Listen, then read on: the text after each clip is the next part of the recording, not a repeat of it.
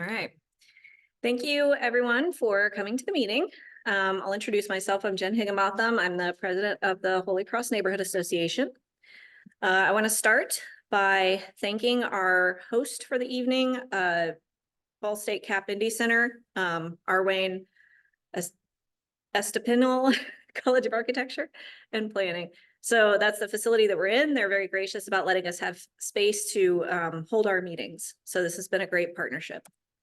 I want to give a reminder quickly up front that we do have a lot of committees and task forces and people in the neighborhood who are interested in certain topics. So if there's like a very specific property specific issue that's going on, we will try to like get that into the right place where those conversations can be had. For this meeting, we're going to keep it kind of high level just so everybody has an idea of what's going on in the neighborhood. We have guest speakers today. I don't have Stacy on the list, but she's going to go first. And then we have Alan Witchy, Michael Taft, and Deb showed up instead of Rachel. And then we have Bill over here, who will, I put you in there, but you're just not on this slide. Bruce, I'm sorry. And then we're going to have our regular reports like we always do. Okay, so guest speakers, we'll start out with Stacy. Thank you. I'm Stacy Riojas. If you haven't met me yet, I'm one of your East District Community Resource Officers. I'll be pretty quick. I know there are some issues at Tech or with the Tech kids fighting after school and some questions about what can be done by the community to prevent that.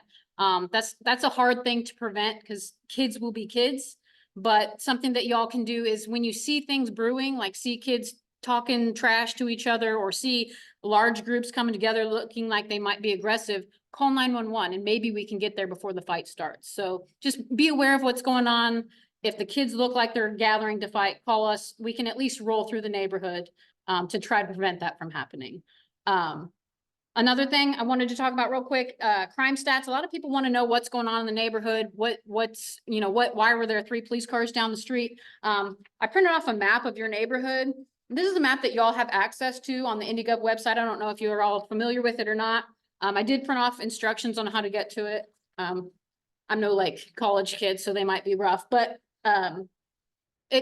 you can see all the crimes that have been reported in your area, and there's a little key there that shows what the crime was. And if you navigate through the website, you can actually get the case number and everything. So that's a good option for you guys to look at what's going on around you. You can even type in your address or zip code or whatever. There's a lot of different ways to search. Crime stats in the neighborhood are pretty good. The one thing that we are having an issue with are thefts. People are stealing packages off porches, and there's been some purse snatches at some of the grocery stores, Linwood, a little further east, but just be aware of your surroundings. People are just pulling up in their car, grabbing a purse out of a cart, walking through the grocery store, grabbing purses out of carts. So just be aware of your surroundings. Don't leave your purse in a cart or don't even carry your purse. To prevent that from happening. Arsons, it's that time of year where it's getting colder at night. If you have a vacant structure and you think people are squatting in it, please email me. You can report it to the Mayor's Action Line, Request Indy. I also left some QR codes for our homeless unit. I don't know if I've provided those yet. Scan the QR code. It takes you to a form that you can fill out to give information about any homeless issue that you see. But if you just email me, I'll visit, I'll make sure there's nobody inside and we'll get it boarded up. So that's really important because a lot of these houses are burning down. I don't know if you guys are familiar with the 400 block of Hamilton, but we had a couple houses burned down there. Our MCAT unit, Mobile Crisis Assistance Team, is having an open house that they would like everybody to view. If you want to get information on that, that's our a team of a police officer and a clinician that respond to 911 calls involving mental health. So if you want to learn about that, please view that. Our next task force meeting is November 13th at 6 p.m. at 201 North Shadeland. At that task force meeting, we'll have somebody from the prosecutor's office talking about CPTED or crime prevention through environmental design. That's giving you advice on things you can do on your property to prevent yourself from being a victim of crime. And that is all I have. If anybody has any questions. I just want to make a comment. Sure. That very responsible. Yes. It is a really good thing. I appreciate it. show some concerns and they're there the next day. Yeah. And, you know, I know they're not going in with their guns, but. Right. Some of the people, they handle. Right, there's kind of two different responses. Our homeless unit goes out with resources, with outreach, and tries to give resources. If there's a crime occurring, we go out and we handle it, but our arrest is our last option, really. We want to give people help. We want to get them into an alternative housing. So yeah, it's a great tool. Our homeless unit gets it and we get the information, so.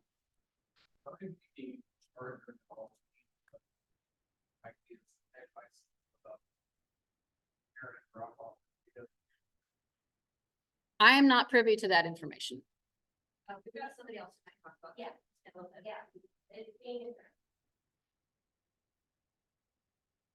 Is anybody invited you to the chili cook-off on the 24th? Do you know that I have chili in my crock pot at home right now? So I might want to compete. I don't know. Okay. But like I MPD once again for all the great response when we do that instance. You've always been great. Everybody's been fantastic. That's good to hear. Thank you. Feel free to email me if you have any questions. I try to be as responsive as I can, okay? And my information is on the table in the back if you don't have it already. Thanks.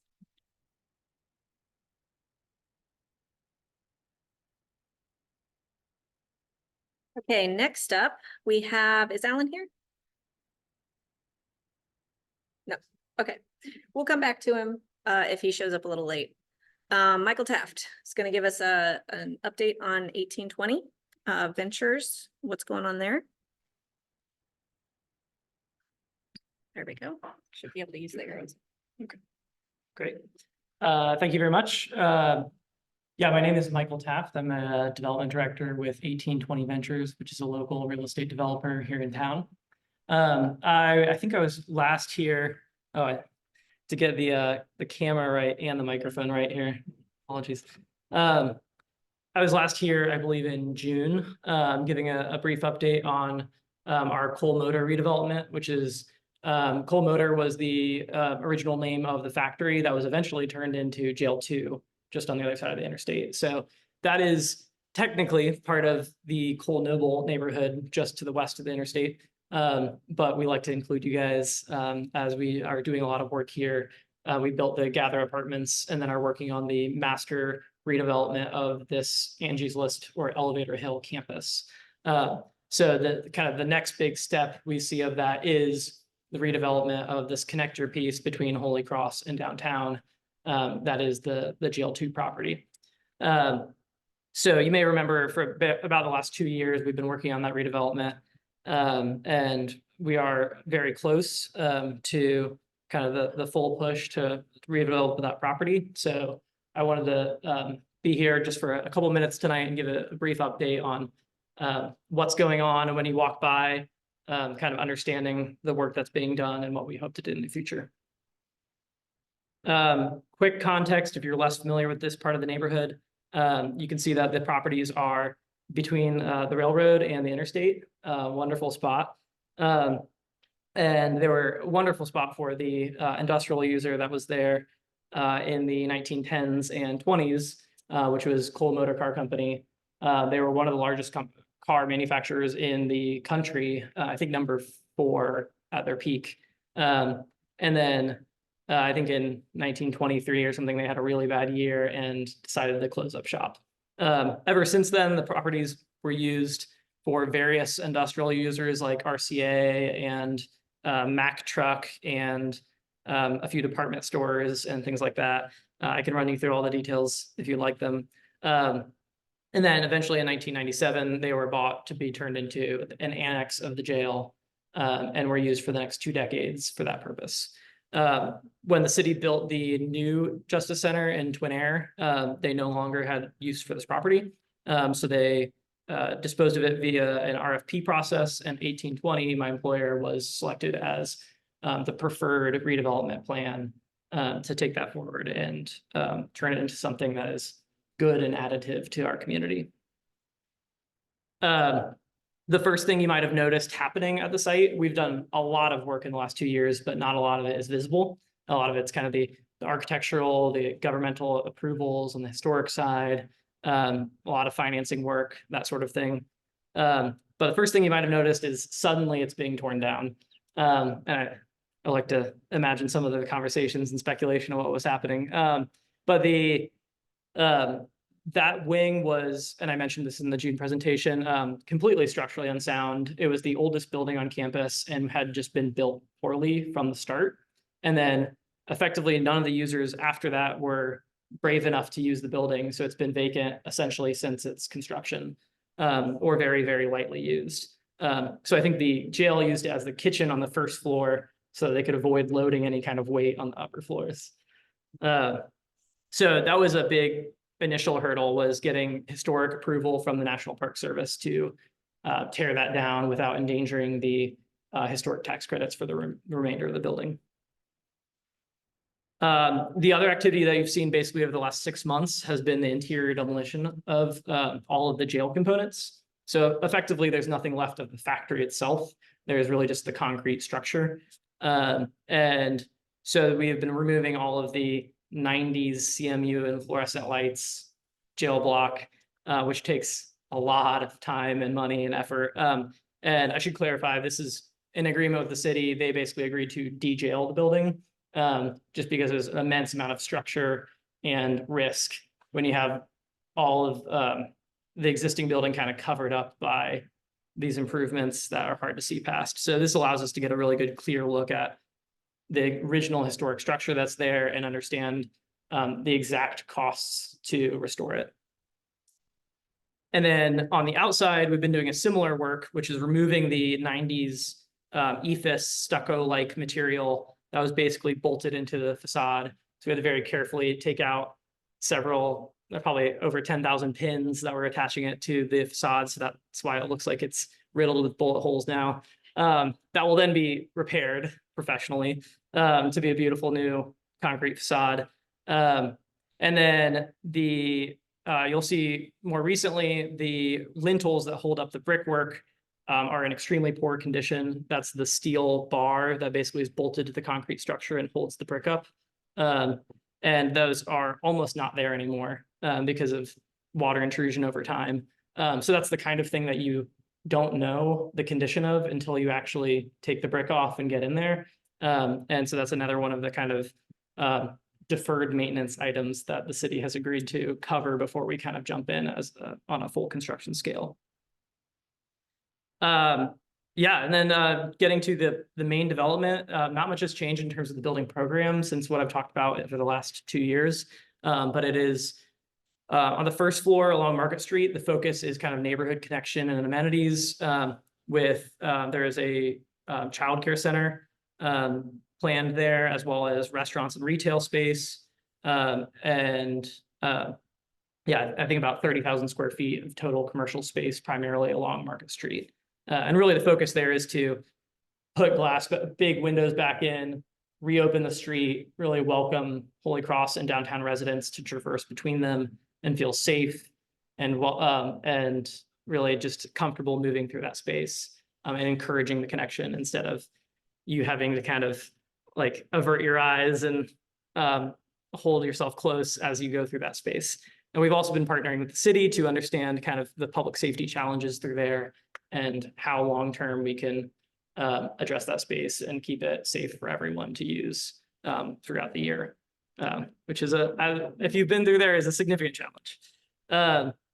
In the upper floors, we do have 213 residential apartment units between a studio and a 3-bed is the range. And a significant number of those will be, there's a range of affordability, including a few very, very affordable units, and then quite a few kind of moderate income affordable units as well. So we're really happy with kind of the spread of affordability through the building. Just to give you a few ideas of the interiors, this picture on the left is a comparable building type that's completed in Philadelphia. And then the photos on the right are kind of the main lobby space where we're hoping to have a original coal car on display that will sit up against Market Street. And so people can walk by and kind of see what was originally produced there. So we're really excited about that presence on Market in the way that it'll welcome neighbors to engage with the history and the space, as well as the other commercial users. This gives you a brief idea of the site plan. I think when we were here in June, we were talking about this going through a regional center approval. And we did receive approval from the city, and I don't think received any negative feedback from either Holy Cross or Full Noble neighborhoods after presenting to them. So we're really thankful for the support there, as this is a very difficult project and neighborhood support is extremely helpful. As you can see, really the focus again is on, for me, it's primarily on Market Street and making that really successful.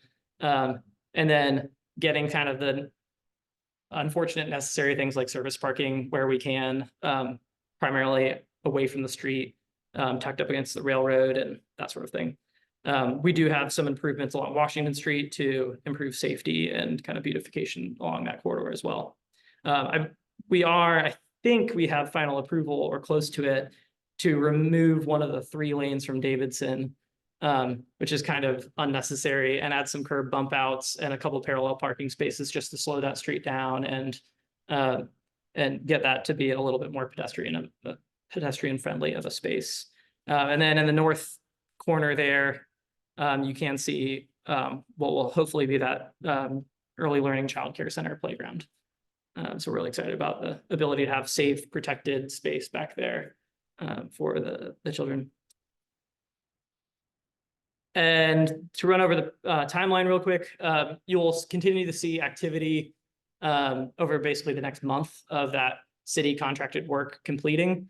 And then shortly after, we're kind of lining up the final pieces of financing to make that all official, hopefully in January, and then move forward with full construction that will essentially take 1.5 to 2 years.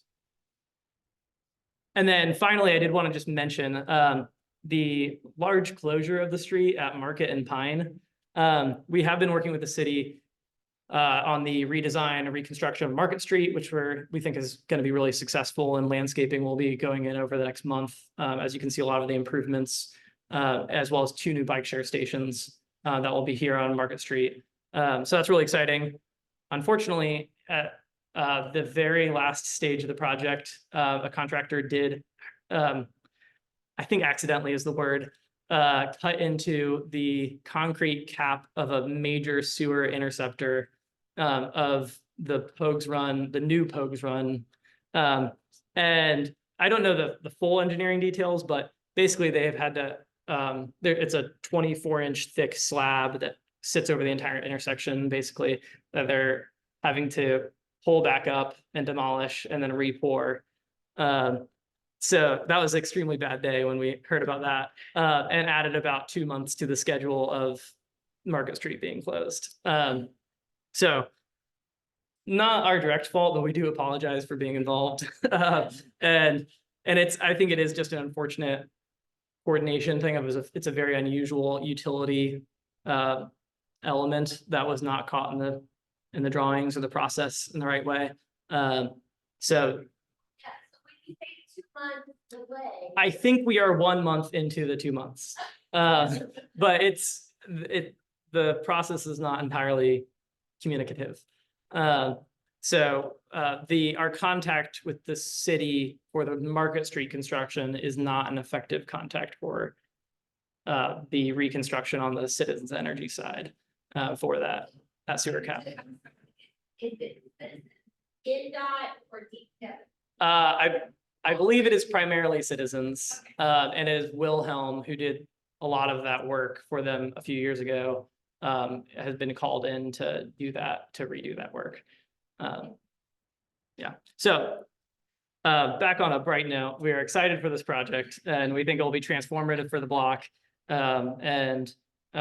We are looking forward to being an active part of the kind of the Holy Cross community. And we see this as the next step for continuing to invest in these couple of blocks and building a really successful mixed use node in the area. Thank you. Happy to answer any questions afterward. So I'll be here.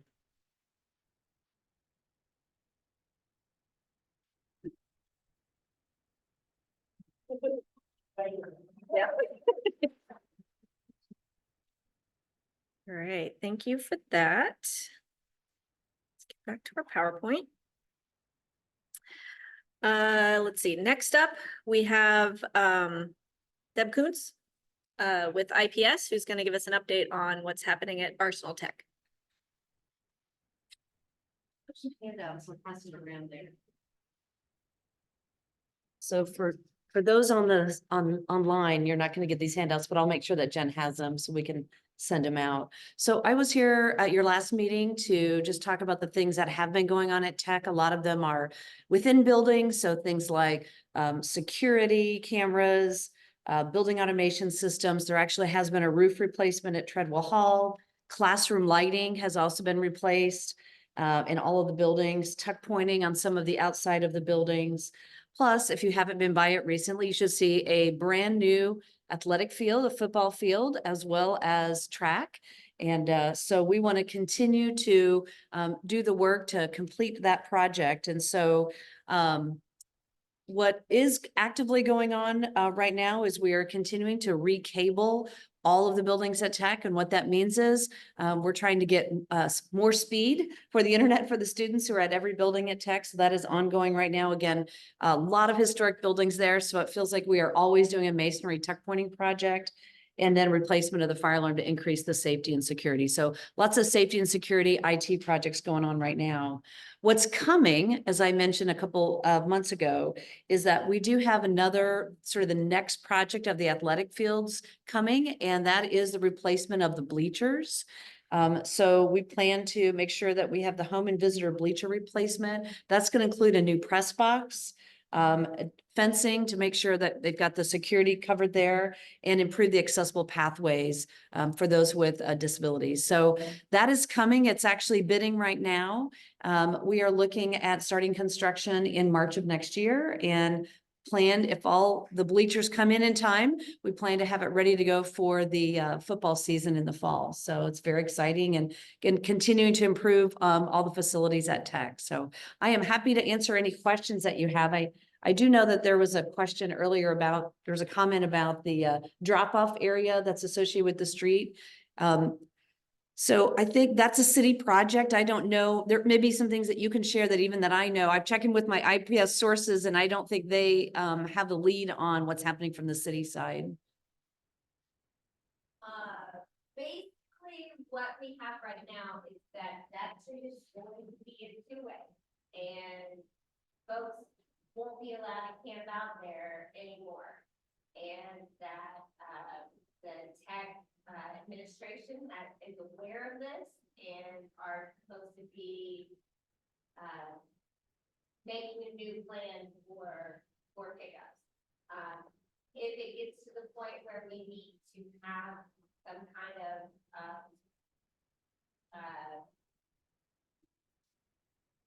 clearing out by the police of people who are just parking in one, a two-way driving lane. But I don't think it will come to that because the Tech folks are aware, and they will have to look at it. And these are parent pickup and drop off you're talking about, right? Not school buses. Yeah. So, yep. And so I'm sure that the Tech administration there will work diligently to redirect the parents. Obviously, sometimes a challenge, no doubt, right? Because these parents want to park anywhere they possibly can to get close. But yes, that is definitely something that the Tech administration will lead.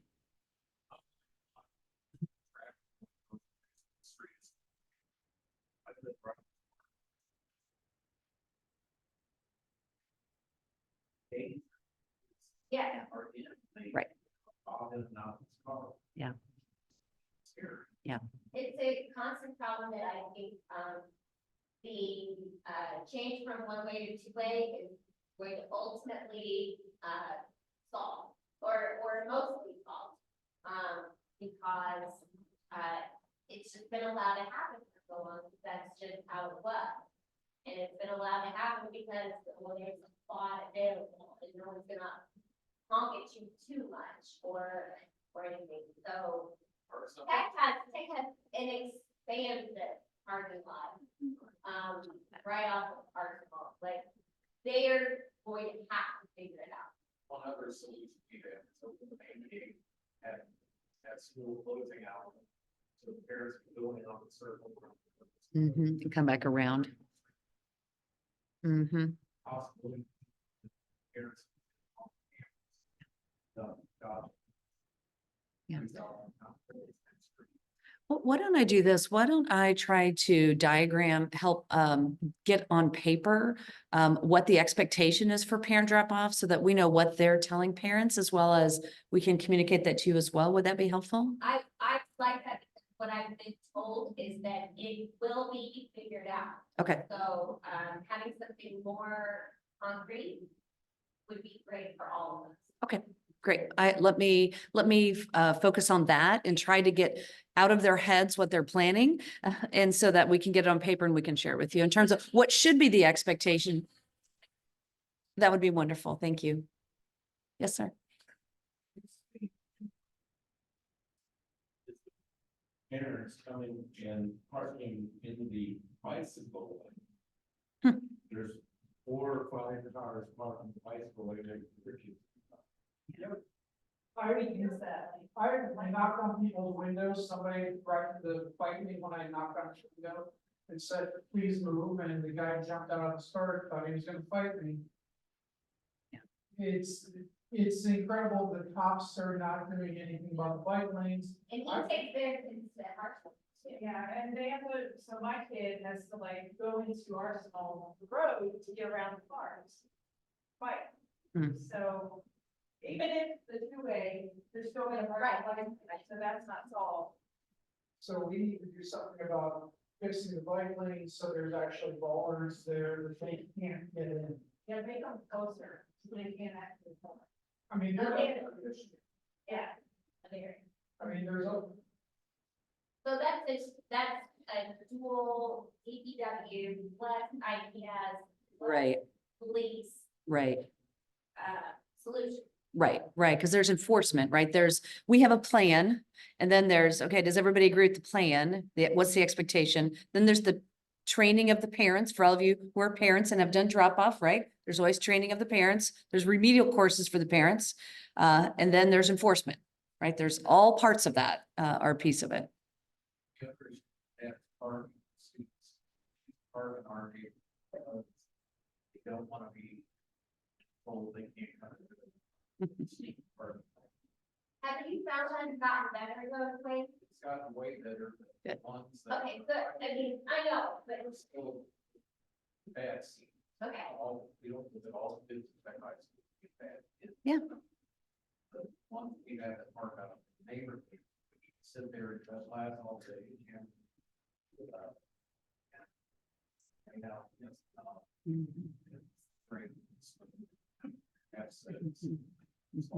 Yeah. I live right next to a school, not an IPS school, but a different school, and the city finally put up no parking zones and they literally enforce, I mean, it is enforced, and so that's what the city wouldn't do it, yeah. Yeah, so that's a tough, ours is like that too, but it's just ours, so, or permit parking, yeah.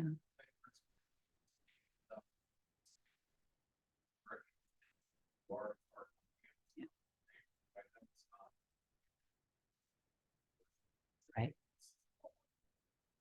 Mhm. And I'll take all of that back. Like I said, I think what I can commit to is trying to get on paper what the expectation for the pickup and drop off line is for tech. So that there's a level of expectation that's understood. And then again, constant training, reinforcement.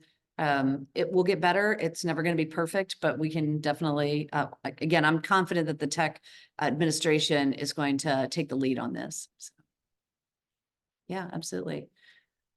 Very exciting for the tech campus. So just know that there will be some demolition obviously involved when we take down the old bleachers and we put new ones up. But we are going to have 2,600 brand new seats to, top off the brand new athletic field that's out there. So thank you.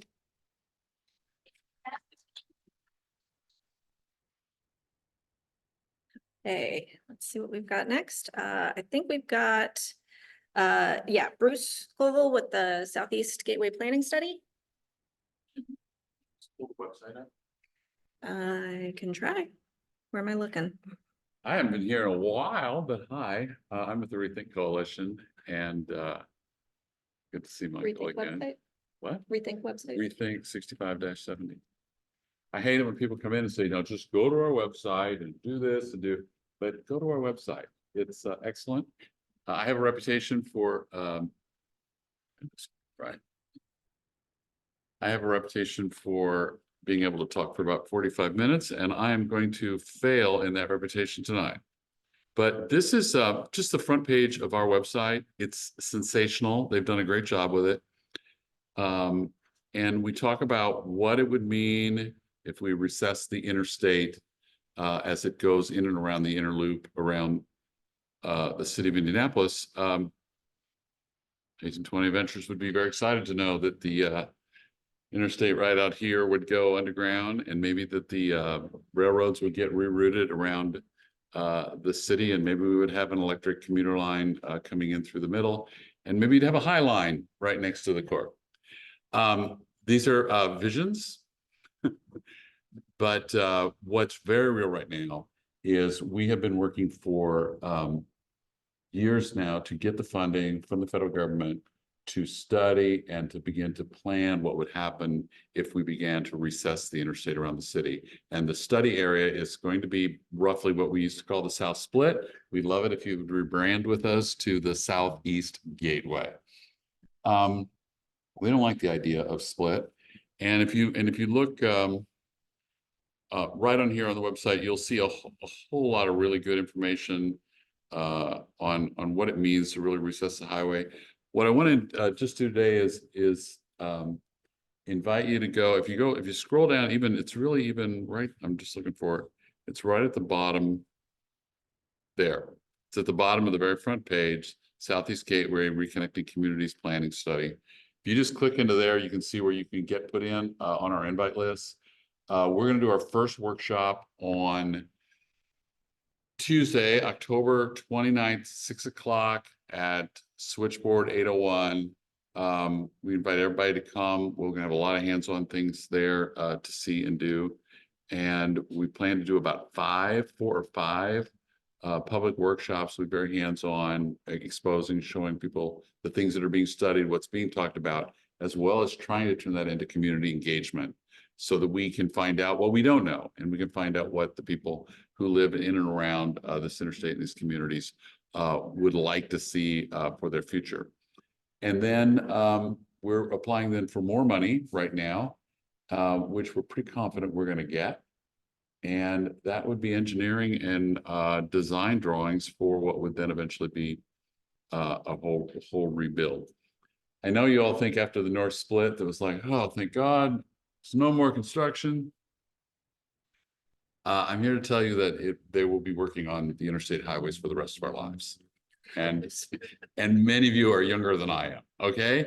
It just is what it is. It's over 50 years old. And if anybody here is 50 years old, you know that things just start to fall apart when you're 50 years old. So, I don't know what kind of thinking went through people's heads in the late 1950s and the 60s when they first planned this. Some of it was very, very bad. Some of it was the best that they probably could have imagined, it would be. How to connect the growing suburbs with the inner city and allow people to get in and get out and easy transportation. But we know that whatever they did do had horrible consequences. And I would say the city of Indianapolis has been against strong headwinds for a generation. And what we've experienced, I live in Fletcher Place, I'm your neighbor. What we experience is as what's good and growing and it's attractive about our communities is still pretty hard, hard going. And the biggest reason is that interstate. So we're trying to compile with people and with the community and with the people who live here, as well as the best, architectural and urban planning design minds that we have available to us, which are world-class, let's think about what we could do now for the next couple generations that will pass. So that's it. Please go to there. Please sign up. We'll get you on the invite list. You can write down right now, October 29th. 6 o'clock, switchboard 801. Please come and join. When you go in onto here, you can click on here and it'll basically give you a reservation thing. It's like a free Eventbrite thing, okay? Let's be- Thank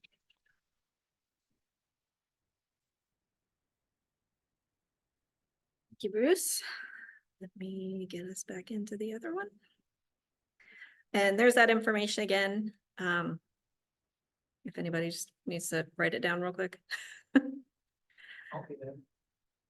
Lovely. Okay, I think that's it for our speakers. I didn't see Alan come in. Okay, so we're gonna move on to neighborhood reports. We're gonna start with the Wine and Cheese Fest update from Renee.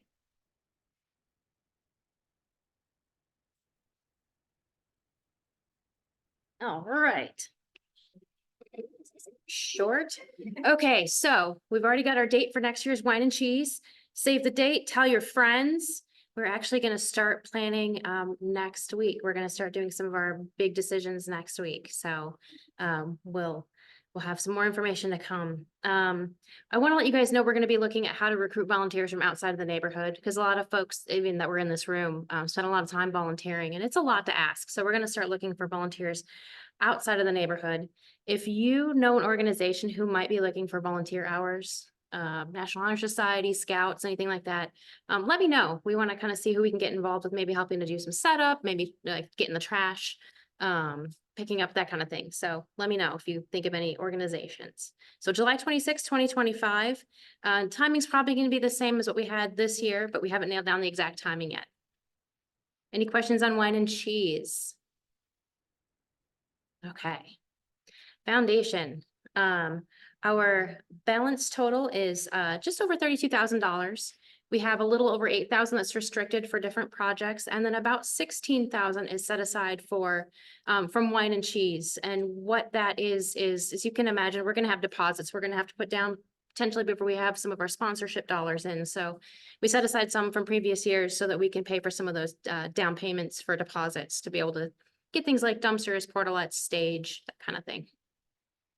2024 fundraising initiatives. We have a meeting on November 13th. We're doing a special strategic fundraising planning meeting with our group to try to look at bigger picture fundraising. We do a lot of kind of smaller things here with the neighborhood. We have a lot of very generous neighbors, but we're looking at what we can do that's kind of on a larger scale, potentially with corporate partners. So we're going to start doing some strategic fundraising and start looking at how we can do that.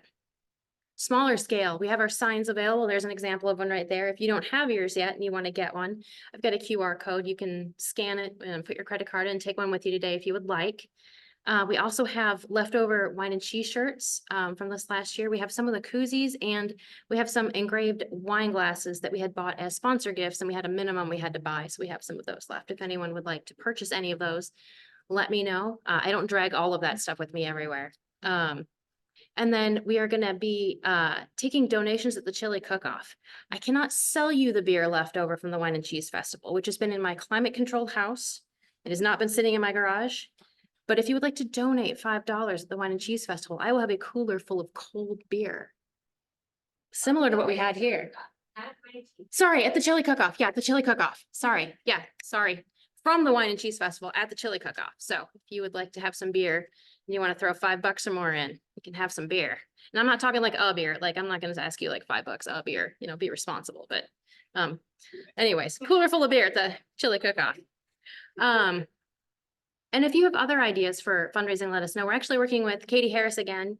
She was kind enough to do a dine and donate at IOZO's last February, and we're talking to her about a mid-January date. So information to come out on that. She donated a percentage of proceeds, and actually the neighborhood got around $600 just from everybody being willing to go out and eat that night. So we're looking at doing that again. Some of our current initiatives, the park sculpture maintenance fee. Jen and I have been working with parks. They had some turnover on their staff, so it kind of slowed things down a little bit on getting with the right people. There's an expectation that we will put money almost like an escrow into a maintenance fund. So if the sculpture in the park needs maintenance, it would come from that. They wouldn't come back and ask us for money. And then we're also going to be replacing the pole signs. Some of them are a little bit worse for wear.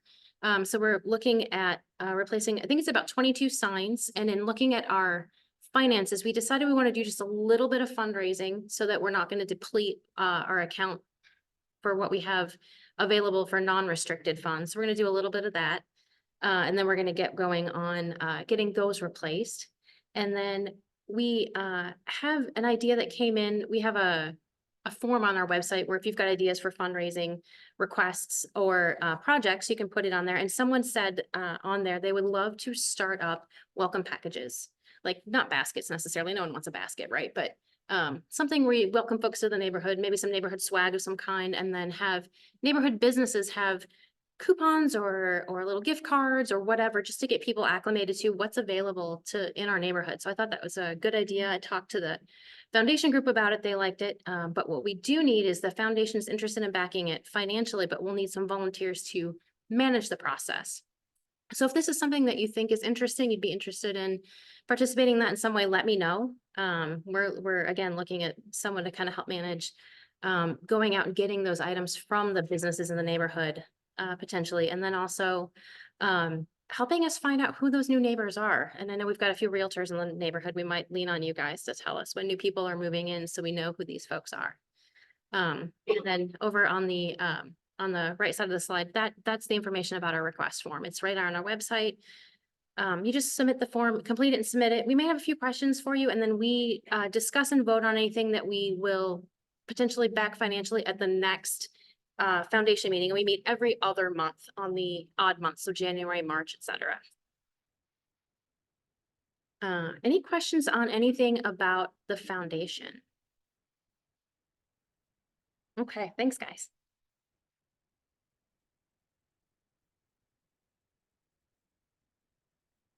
Thank you, Renee. Now we're going to hear from Tim on the land use report. Make it for a tall person. Yes, tall person. Hello.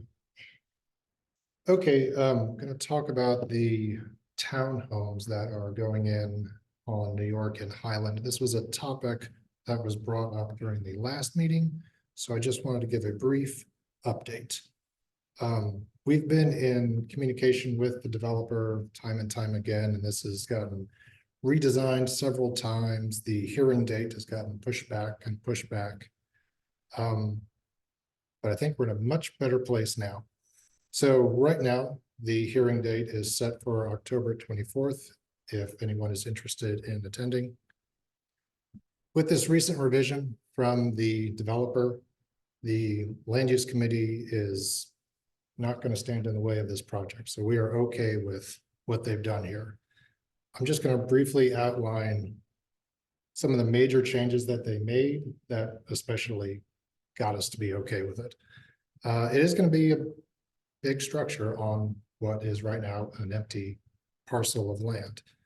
But one of our biggest grievances with it originally was that it obstructed the clear sight triangle, which is this imaginary triangle when two streets intersect each other that you have to have visibility. Whether you're driving or walking, you have to have visibility to the intersecting street for safety purposes. And the original design kind of came in front of that triangle and interfered with it, which would obstruct your view. So what they did was take the very first unit, which is going to be the unit that the developer is going to live in himself, and actually shrunk it in size, pulled it back and turned it, which cleared out about 95% of the obstruction of the clear sight triangle, which is a lot better in our minds. It also turned the orientation of that unit so that its front door is now facing Highland, as opposed to all the units facing New York Street. And that starts to activate Highland from a street front perspective, just giving it a little more interest. And whereas previously Highland was kind of ignored, it was an afterthought. The entire project was strictly facing New York Street. This kind of makes it so that it's facing both streets in equal measure. There were also some material pieces we talked about. The color got lightened up. The brickwork got lightened up a little bit. But overall, we think this is a much better design that has resulted out of the communication we had with the developer. And this is where it currently stands. So just wanted to give everyone a brief update and some images as to what it looks like, so you can know what to expect when it starts to go up. Yes. One thing I wanted to bring up, of course, when we all drive by it or walk by it or bike by it, we see it as a hill. Yes, And I wanted you maybe to share with people that they will be yes, regrading it. they will be regrading it, so that, Issues like water problems that. would be changing the grade. I don't, I mean, they have to submit a drainage plan, so that's not, I don't think really gonna be an issue. The amount of open space that you're required to have on a site, that was not one of the variances they were requesting. So they did not overstep their bounds in that regard, which we do see that sometimes. Yeah, I mean, a good portion of the site is taken up by either, there's greenery in the front, and then there's essentially they're making their own alley in the back that back feeds those garages. Which is better than the entire site being taken up 90% by a structure, which is what we see sometimes. And they are going to be planting new trees that are kind of showing up in the rendering here. The city is requiring them to plant new trees along the right of way by the sidewalk. Will that back alley be accessible from Highland and Dorman? Or It is just going to be accessible off of the alley from New York Street. So where the mouse, there it is. So that's fine. yeah, so this is New York Street. You'll come down this existing alley, and then the residents turn into this long driveway to get into units 2, 3, 4, and 5. Unit 1 will have its own access directly off the alley.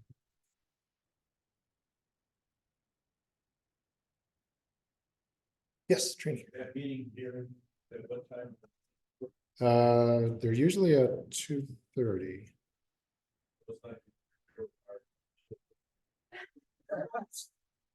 Oh, no, they're always in the middle of the day. I guarantee you that. Should be fine.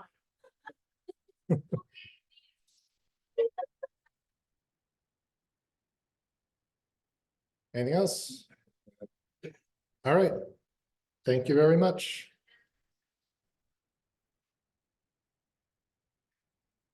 All right, thank you, Tim. Get back down here for a short. I have a few slides here that I want to talk about a couple of things. As far as just kind of an HCNA overall neighborhood report. We have had some people in the neighborhood interested in safety initiatives. So I wanted to mention that here. We did try to get Daniel Stevenson from Indy DPW to come tonight. Unfortunately, he fell ill, so he wasn't able to make this meeting. So we're gonna have a special meeting where he's invited to talk about safety specifically, since he wasn't able to make this meeting, and we don't have another regularly scheduled meeting for the rest of the year.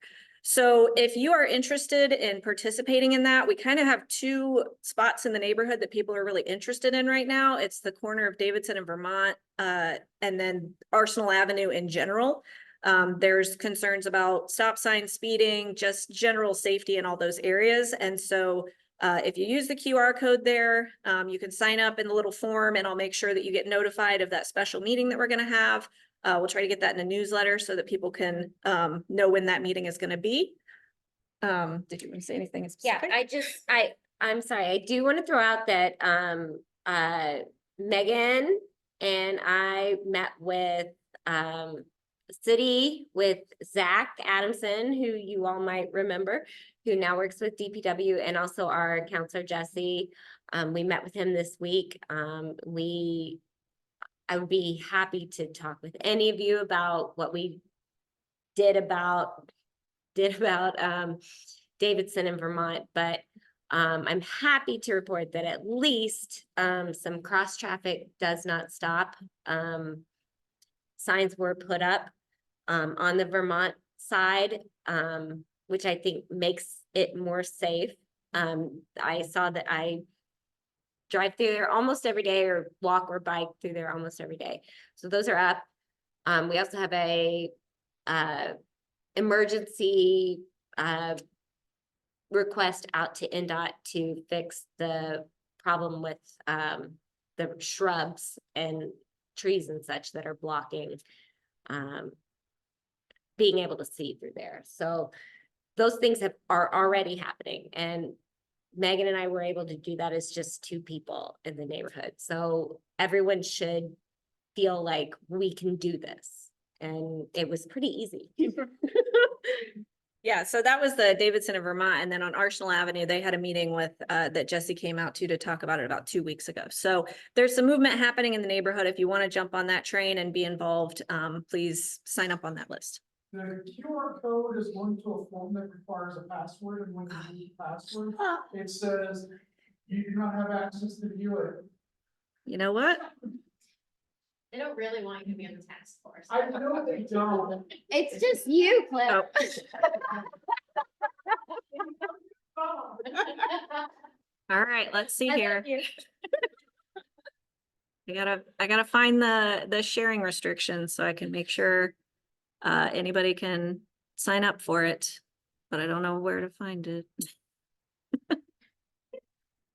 Let's see. Sorry, now I'm just pausing because I'm trying to, I'll work on this as soon as the meeting's Worst case over scenario, and send it'll an work. Send an email to info@Indy Holy Cross. Yeah, I'll fix this at the end of the meeting so that it'll work once y'all, I'll put the slide up again. Next thing to mention was, let me get this back up. Urban Times volunteers. I know that Bridget was working on that. I don't see her here tonight. Do you have something on that too? Okay. Except please send me story ideas. Okay, yeah, send Amanda story ideas. We're trying to figure out like where all of the delivery routes are in the neighborhood because they've broken down a little bit over the years and the communication is a little stunted here and there. And when somebody burns out on a route, it's hard to figure out who to communicate with for them to take over that route. So Bridget was trying to reach out to people in the neighborhood and figure out like what that tree is of where the papers get dropped and then divided and then dropped again before they're delivered. So she's working on that. I did want to mention quickly, as far as this association, it is in our bylaws that our annual meeting is in the month of April every year. And I had suggested to the association board last month that we might want to think about changing up these neighborhood meetings a little bit. It gets a little tight sometimes to try to get everybody in an hour. So I was suggesting that maybe it goes quarterly, but we do it for 90 minutes. So it's less frequent, but it's a little bit longer.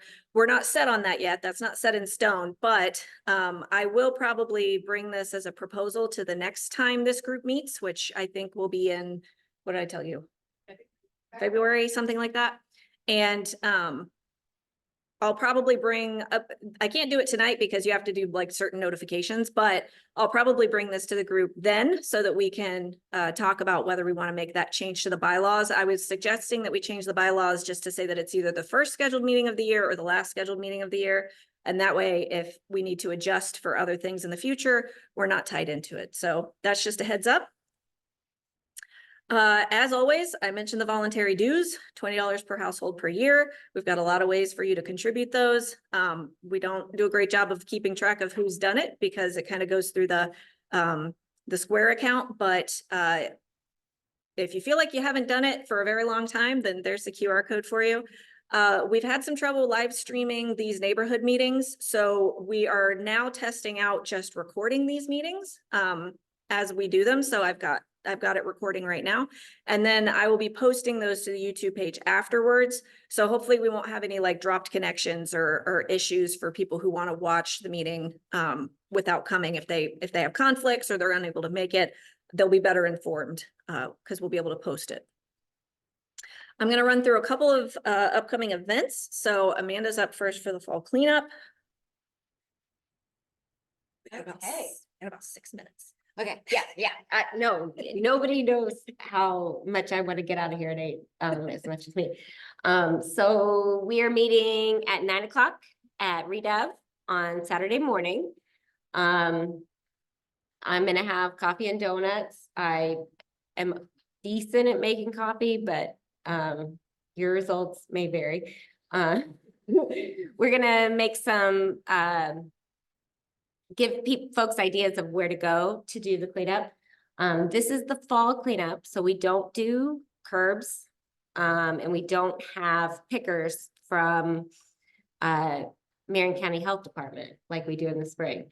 However, with some help from Dwayne, thank you, sir. We've been able to get MCHD to come out and do some brush pickups at a few key locations. So we're gonna have, so if you have fallen tree limbs and stuff from the storms, if you can bring them to the midpoint of the Sturm Esplanade, we're gonna have a pickup spot right outside of Dwayne's house, on basically Michigan and Arsenal. Okay, we might move it, but I'll let everyone know on social media. And then I'm also gonna do one at the southeast corner of Highland Park. Our friend Antoine from Marion County Health Department is gonna pick those up for us next week. KB does have a dumpster. Please don't put your brush in the dumpster. Please don't put your construction trash in the dumpster. We're using that for regular trash. And if you can't meet us at Redev on Saturday, it's okay. Use the whole week to pick up around your house. Use your own trash can to dispose of the stuff. It's very easy to be part of this. Take pictures, send them to us. And then one more thing. Also on Monday morning at 9 o'clock, KIB has agreed to do trash around the interstate with, thank you, Pat. So I will send out some information about how to volunteer for that as well. Thank you.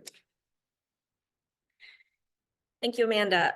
We are going to go just a few minutes long. I do apologize for that, but I got a couple more things I wanted to share. Chili cook-off. I don't see any of these people here tonight, but I wanted to make sure everybody knew about it. We've been putting it in the newsletter and social media. Yeah, October 24th. So there has been a little bit of I think originally they said 6 to 8, but then maybe they bumped it up to 5:30 to 7:30 because of it just getting dark so much sooner nowadays. So I believe it's 5:30 to 7:30. The QR code on the screen, which if you want to scan that, I can move this little picture out of the way, will take you to a sign up list if you want to actually sign up to bring a chili or bring something else. But we do encourage you to bring your chairs. I did put $5 a can donation on here. Renee clarified. Yes, a $5 responsible drinking donation. So, but bring your chairs and make sure you got stuff to keep yourselves comfortable. We're going to do voting for the chili cook-off at 6:30. So put that on your calendars. Girls' Night Out. I don't think I saw Gwen here either, but the next one is going to be Thursday, November 7th. If you don't know how to get in contact with Gwen or you haven't signed up for Girls' Night Out yet, let me know. I'll make sure you can reach out to her to get on the list. And finally, the holiday party, and I've got over there, keep an eye out for the sign-up sheet.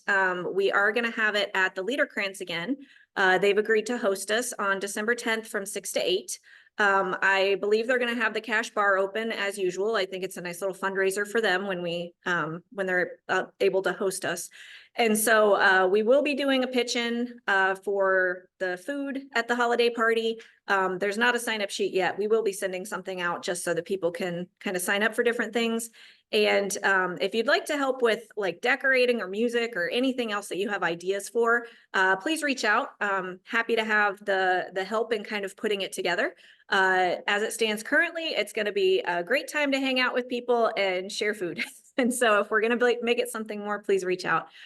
And then the slides that I usually show, which is that we have a calendar on the website, so you can go there and keep up to date on what's coming up, all of our social medias and the handles. I mentioned earlier that we're going to post the videos to YouTube. Our handle on YouTube is the same as everywhere else. It's at Indy Holy Cross. And these are some upcoming dates for the next association board meeting is going to be on November 12th. The next foundation meeting is going to be November 27th. I got that We're right? actually doing a special meeting on the 13th instead, since that's right before things. Okay, so if you see this video, it's actually November 13th. And then the association member meetings, as I mentioned before, we might be suggesting an alternative schedule for 2025. So I don't have the date up there for what will be the first date next year, but we will be sending that out to everybody and making sure that we give notice for that. And so that's it for the presentation. I'm going to leave these QR codes up that I put up during the presentation. So if you want to look at the chili cook-off, the safety meetings, or the dues payments, I'm going to leave that up, and I'll try to get that form fixed here in the next couple of minutes. And that's all we have. So thank you very much for coming.